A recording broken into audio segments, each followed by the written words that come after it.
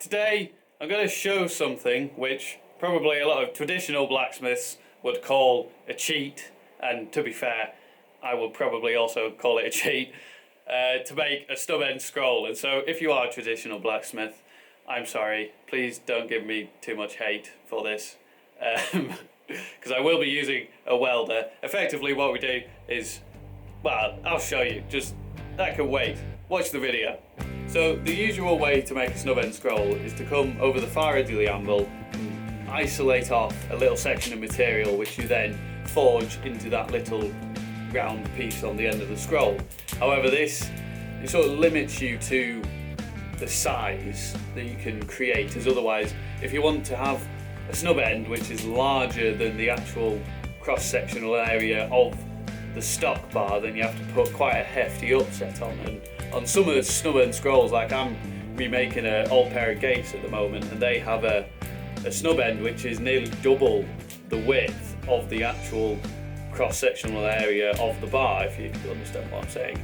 And so to get that, either you have to do a really big upset, which takes a lot of time, or you can do it this way. And so what we do is we create a really long taper down to a nice thin point with parallel sides, and then you roll that up and weld the ends so it looks like a solid piece, whereas it's actually just basically a roll-up scroll and the ends are just welded over. Anyway, let's do it. So half on, half off, with the far edge of the anvil, just gradually draw this material down.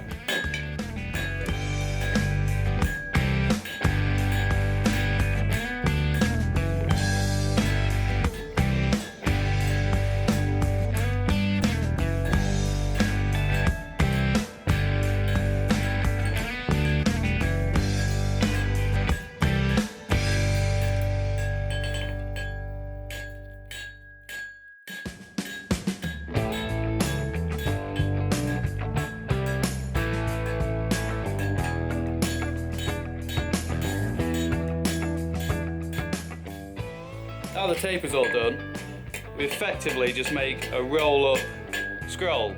And the most important part of a roll-up scroll is the very end. Because if that's wrong, then the entire thing's going to be wrong. So just take your time and make sure that that is perfect, as the rest of it will then just follow whatever shape you make at the start.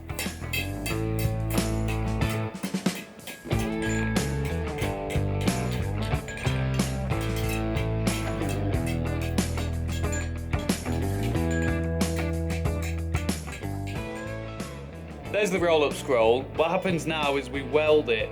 So we weld it shut so we get a nice flush surface. But I'll just show, like that's about 25 mil.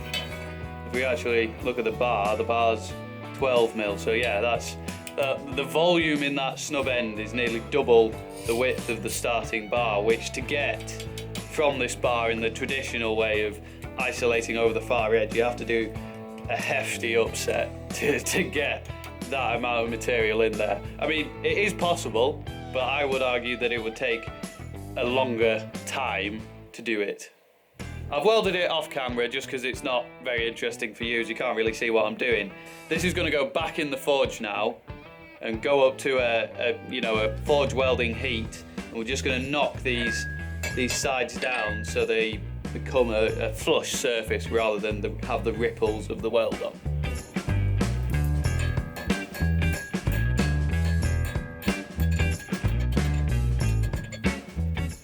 Doesn't need much.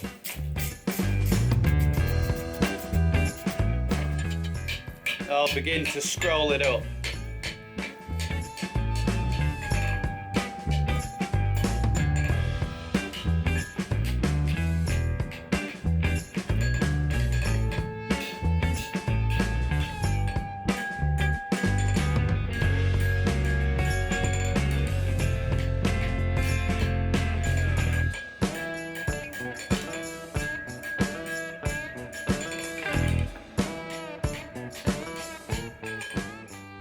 I'm sure that a lot of traditional smiths would call this a cheat. You know,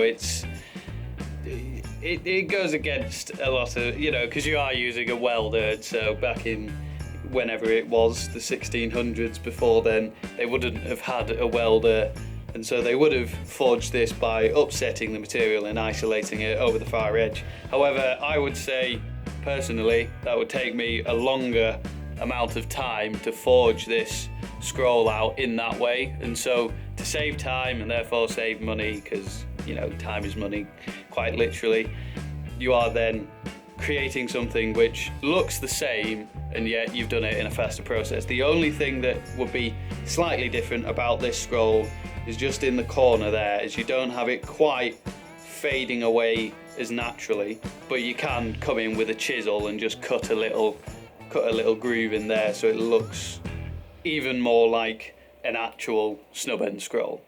But anyway, it's a nice little almost cheat, call it a cheat if you want to call it one of those, to make a snub end scroll. Lots of people do it, I know lots of people do it.